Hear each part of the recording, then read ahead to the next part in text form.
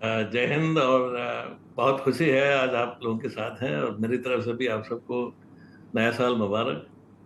और जी sir, thank you. आज मुझे बहुत अच्छा लग रहा है कि करीबन 25 साल जो है फौज में एक इन्फेंट्री ऑफिसर के तौर जी। पर सर्विस करने के बाद जब 2005 में हमने ये कंपनी शुरू किया रिटेल कैश मैनेजमेंट में, तो आज अच्छा लग रहा है कि लिस्टिंग में हम इसको लेके आए हैं, और जो है स्टॉक मार्केट्स में इसका बहुत अच्छा स्वागत हुआ है। बिल्कुल, तो एक तरीके से पहले थोड़ा-सा रिस्पॉन्स कम था, लेकिन अब हम देख रहे हैं कि स्टॉक डेफ़िनेटली प्रीमियम पर है, तो ये चीज़ तो अच्छी है और इसके लिए बहुत सारी बधाइयाँ सर आपको लिस्टिंग के लिए। अब चर्चा की शुरुआत सर यहीं से करते हैं। ये जो कैश मैनेजमेंट का बिज़नेस है, उसमें हमने देखा है लेटली बहुत सारे प्लेयर्स जो है वो लिस्ट होते हुए हमने देखे थे और कॉम्पिटिशन जो है वो काफ़ी ज़्यादा इंटेंस है। तो थोड़ा-सा बिज़नेस मॉडल हमें समझाइए। बेसिकली इसमें आपका जो रेवेन्यू शेयर है वो कैसे जनरेट होता है, बेसिकली कितने वो मार्जिन्स वगैरह की बात तो हम बाद में करेंगे, लेकिन ये जो कंपटीशन है उसको देखते हुए कैसे आप इसको मैनेज करते हैं, कैसे हैंडल करते हैं, वो थोड़ा सा बिजनेस मॉडल हमें समझाइए डेविड जी। असलियत में ये वहम है कि काफी कंपटीशन है, हमें और भी कई कैश जी। मैनेजमेंट प्लेयर्स की जरूरत है मार्केट में एक्चुअली। ओके। और अभी जो है कुल मिलाकर 6 प्लेयर्स हैं, और रिटेल कैश मैनेजमेंट में हम जो है मार्केट लीडर्स हैं। ओके। तो डेफिनेटली सर। जी सर। अच्छा, मैं वही मुद्दे के साथ आना चाह रहा था कि पेमेंट सोल्यूशन के लिए बहुत सारे हमने कंपनियां ऐसे देखी थी, लेकिन ऑब्वियसली जहाँ तक बात आती है कैश मैनेजमेंट की, तो उसमें हमारे जो 3 मेजर क्लाइंट्स हैं उनको तो हम देख रहे हैं काफ़ी ज़्यादा उनका एटीएम नेटवर्क भी है और उसको देखते हुए भी आपकी सर्विसेज की काफ़ी ज़्यादा उनको ज़रूरत भी होती होगी। तो ये थोड़ा सा समझाइए सर, आप कैसे मैनेज करते हैं सारे क्लाइंट्स वगैरह को, और जिस प्रकार का ट्रेंड लाइन हमने देखा है आने वाले वक्त में क्या कोई मर्जर एंड एक्विजिशन हमें देखने चाहिए रेडियन की तरफ से, बिकॉज कैश वगैरह क्या यूज़ करेंगे वो सारी डिटेल में जानकारी है। सो ये सारे मुद्दों पर हम समझना चाहेंगे डेविड जी। मॉडल जो है ऐसा है, इसको समझने की जी। जरूरत है। जी। जब पब्लिक के हाथ में कैश आता है, वो टेलर काउंटर से या एटीएम से जहां से भी वो कैश हम्म। लेते हैं, उसके बाद वो आउटलेट में उसको खर्च करते हैं। जब हम आउटलेट कहते हैं, उसका मतलब है जहाँ स्कूल फीस भर दिया, कॉलेज फीस भर दिया, या फिर हॉस्पिटल में जो है कोई उन्होंने पेमेंट किया है, या फार्मेसी में पेमेंट किया है, रिटेल में, या बस स्टेशन में, या रेलवे स्टेशन में, या कैश ऑन डिलीवरी, या कोई भी ऐसा जहाँ पे भी कोई, इसको हम एक आउटलेट मानते हैं। तो हमारा पूरा फोकस जो है रिटेल कैश मैनेजमेंट में है, और इसमें जो है हमारा करीबन market share, national market share जो है वो 40% मार्केट शेयर है। तो इसको आगे बढ़ाते हुए, जैसे अभी पब्लिक ऐसे खर्च करती है, फिर ये हर एक आउटलेट में पैसा जमा होता है, वहां से फिर इसको हम लोग कलेक्ट करके वापस बैंक में जो ले आने का सिलसिला है, इसको रिटेल कैश मैनेजमेंट कहते हैं। आरबीआई इसको मॉपिंग अप कहता है। तो उसमें जो है सबसे बड़ी कंपनी हमारी है, और इसमें खास कोई और कोई कॉम्पिटिटर नहीं है एक कंपनी के सिवाय। तो इसीलिए, और अभी अपॉर्चुनिटी को आप देखिए, अपॉर्चुनिटी ऐसा है कि हमारी पूरी इंडस्ट्री कुल मिला के 1.4 लाख आउटलेट कर रही है, जी। और हमारे हमारी शेयर जो है उसमें 55,000 आउटलेट्स हम लोग कर रहे हैं। लेकिन फ्रॉस्ट एंड सलिवन रिपोर्ट के अनुसार जो अवेलेबल मार्केट अपॉर्चुनिटी है वो 30 लाख आउटलेट्स हमारे देश में, ऑर्गेनाइज्ड आउटलेट जिनको इस सर्विस की जरूरत है। इसीलिए मैं हमेशा मजाक करता हूं कि हमारी जो है, हमारा कोई कंपटीशन नहीं है, हमारा कंपटीशन है इग्नोरेंस। इग्नोरेंस के साथ कि लोगों को इसके बारे में पता नहीं है कि इतना अच्छा सर्विस इतने किफायती दाम में अवेलेबल है, जिसको अगर वो यूज करें तो उनके लिए बहुत फायदेमंद सिद्ध होगा। Definitely sir. अब थोड़ा सा जो इशू के दौरान जो प्रोसेस हुआ था और उसको लेकर मैं थोड़ा सा समझना चाह रहा था, सिंस हमें थोड़ा कम रिस्पांस मिला, ओएफएस का साइज़ भी कम हुआ है, तो जो अब आपके पास जो आप बेचना चाहते थे उतना नहीं बेच पाए हैं, तो ऐसे माहौल में क्या आप आने वाले वक्त में फिर से बेचने के बारे में सोचेंगे? अपनी होल्डिंग जो है वो नंबर वन, और दूसरा कौन से रास्ते, कुछ किस प्रकार से आप इसको बेचने की और सोचेंगे अगर आप सोच रहे हैं तो? आईपीओ का जो रिस्पॉन्स था एंकर इन्वेस्टमेंट में बहुत अच्छा था। 1.4 टाइम सब्सक्राइब हुआ था, और सबसे जो मार्केट इन्वेस्टर्स हैं वो हमारे साथ हैं। लेकिन जो इशू का जो प्लानिंग था हमारा थोड़ा उसमें, जब ये हॉलीडे सीजन में और उससे जो ऑपरेशनल इश्यूज आते हैं उससे कुछ अफेक्ट हुआ। जो आज के जो अभी जो प्रीमियम लिस्टिंग हुआ है उससे साफ जाहिर है कि मार्केट में बहुत डिमांड है इसके लिए। लेकिन अभी हमने ओएफएस कम करके इसको बेचा है। ना हम ना हमारे जो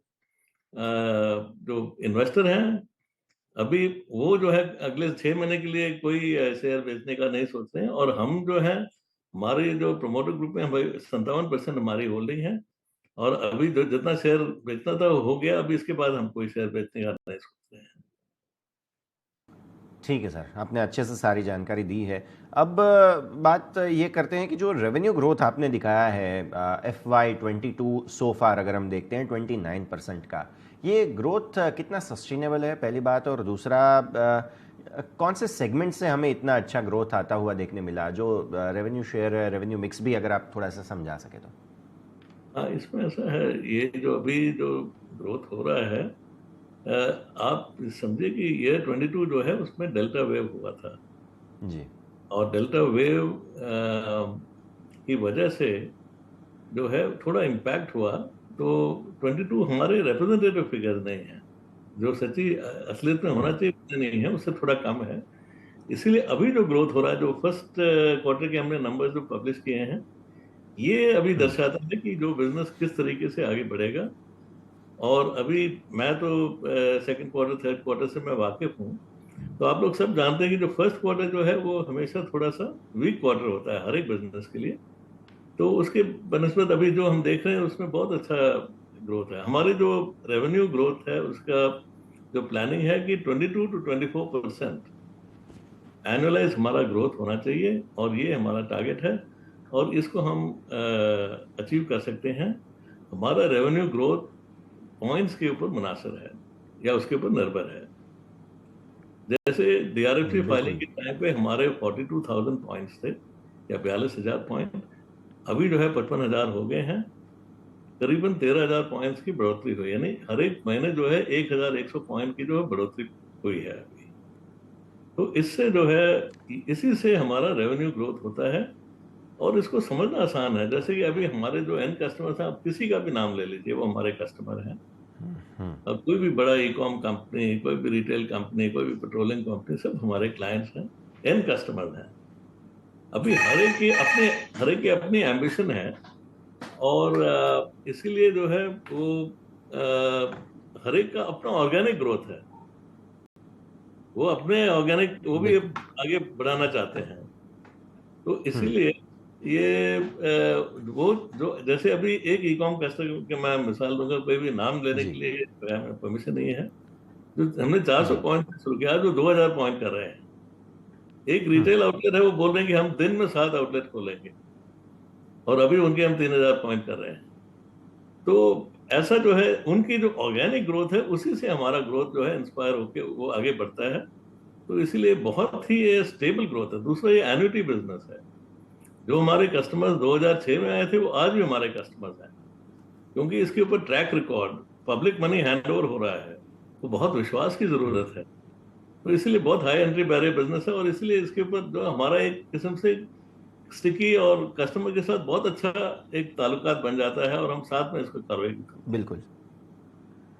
बिल्कुल, बहुत अच्छे से सर आपने समझाया। अब मैं ये भी समझना चाह रहा था, जो भी हमने प्रोसीडिंग्स लिए हैं आईपीओ से, उसमें से कुछ आप इंफ्रा डेवलप करने के लिए भी योजनाएं रख रहे हैं। और ज़रूरी भी है, बिकॉज़ जो मैंने पहले भी बात की कि कंपटीशन के सामने देखें तो इंफ्रा जो है वो और अच्छा होना, मतलब आप और ज़्यादा सर्विसेज जो है वो प्रोवाइड कर पाएंगे। जैसे वैन्स खरीदना है, आर्म्स के लिए भी थोड़ा सा ये ज़रूरी है। तो ये थोड़ा सा समझाइए सर, कैसे आप इसको आगे बढ़ा रहे हैं और किस प्रकार से और एक्सपेक्टेशन है आपके डिमांड सिनेरियो यहाँ पे और इम्प्रूव होने के, डेविड जी।